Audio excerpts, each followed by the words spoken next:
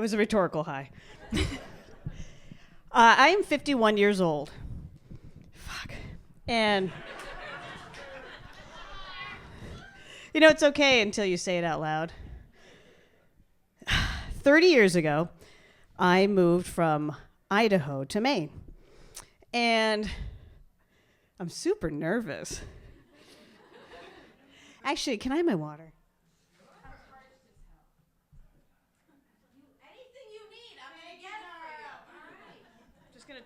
I'm going to talk about her penises. So, I'm going to tell you the origin story of me originating here in Maine, because I'm not a Mainer. Uncle Rick is in the audience. He's a Mainer. So I was 21 years old and in Idaho, and basically, I didn't go to college. Thanks, family. I just sort of, it was never an option. My dad had his own business, and we just assumed I would go into that business like my brothers did, my older brothers. But when I graduated high school, his business went out of business. Good luck to you. So I just sort of floated around. I worked and did stuff like that, you know, like you're supposed to do. This was 1986. And my roommate was from Maine. And in 86, Idaho was having really bad economic times, high unemployment. You couldn't get a job. It was just tanking. But Maine in the mid-'80s was kind of booming. And she was from Maine, and she said, I'm going home. I'm moving home. And I said, oh, where's that? And she said, Maine. I said, oh, where's that? And she showed me a map. And I went, wow, that's far away. And I said, I'll go with you. And she said, all right. So we sold everything we owned, and we drove cross country in my 1984 Mazda pickup. Now, 1 week before we did this drive, we found a stray dog on our property. We looked for the owner, couldn't find it. So we brought a dog with us. 2,800 miles in the cab of a pickup. Now, when you drive, I don't know if anybody has driven cross country, but when you make a big, long drive like that, it's sort of like being at Disney World for 3 days. The first day, it's like, awesome, this is so much fun. The second day, you want to kill the other person. And the third day, you're super reflective about what's going on. So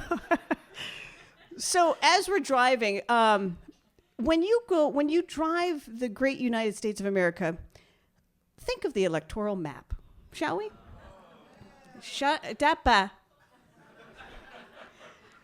There's the West Coast and the East Coast, and then there's Fuckville.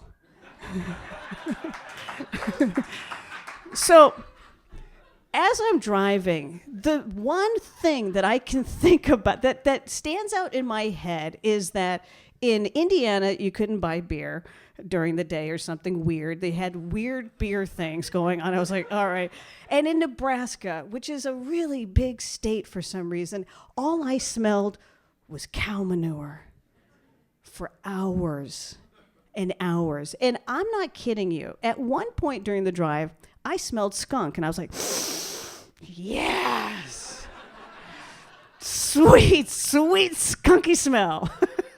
So we took the northern route, Utah, Nebraska, those kind of states, and then hit Chicago. I had relatives in Chicago, my aunt and uncle, and my yaya. I'm Greek. Yaya is Greek for grandmother. She was in her, well, she's always been 90, so I don't actually know how old she was then. My grandmother, side note, my grandmother used to visit when I was a kid in Idaho. She would come from Chicago and stay like a couple of weeks. And this is what my grandmother would say to me. I'm gonna die any minute now. I just want you to know, honey, I love you, but I'm gonna die. And I would run to my dad. It was my dad's mom. And I'd say, gee, Dad, Yaya just told me she's gonna die. She's gonna outlive us all. Don't worry about it. So I went and saw my family in Chicago with my roommate. They were fine with that. We went up to Kalamazoo, Michigan. We went into Canada, into Hamilton, Ontario, where I did laundry. We went over to see Niagara Falls because you're supposed to. I'm sorry, I was not impressed. I was like this. Okay, let's get in the car. And then came to Maine. When I got to Maine, I cannot express to you how completely different Maine is from Idaho. I mean, everything. Plants, roads, people, accents. I stayed with my roommate's family for a week, sleeping on the living room floor. And her sister was such a Mainer. She used to tell me that she had a house. And I said, that's nice. How long have you owned your house? A couple years. I raced my house. And I thought, I said, and I'm picturing in my head like a truck carrying a trailer or something, and you just run around a track. I said, what the fuck are house races? No, not house, hoss. I said, what? Scarborough Downs, hoss racing. And I thought, I don't understand. Hosses. I said, horse? Yeah. That was my first introduction to a Maine accent. The hoss races. Then my second big Maine thing was, oh my God, I had to try a clam cake. And I thought, no, I am not eating a cake with clam in it. I'm sorry.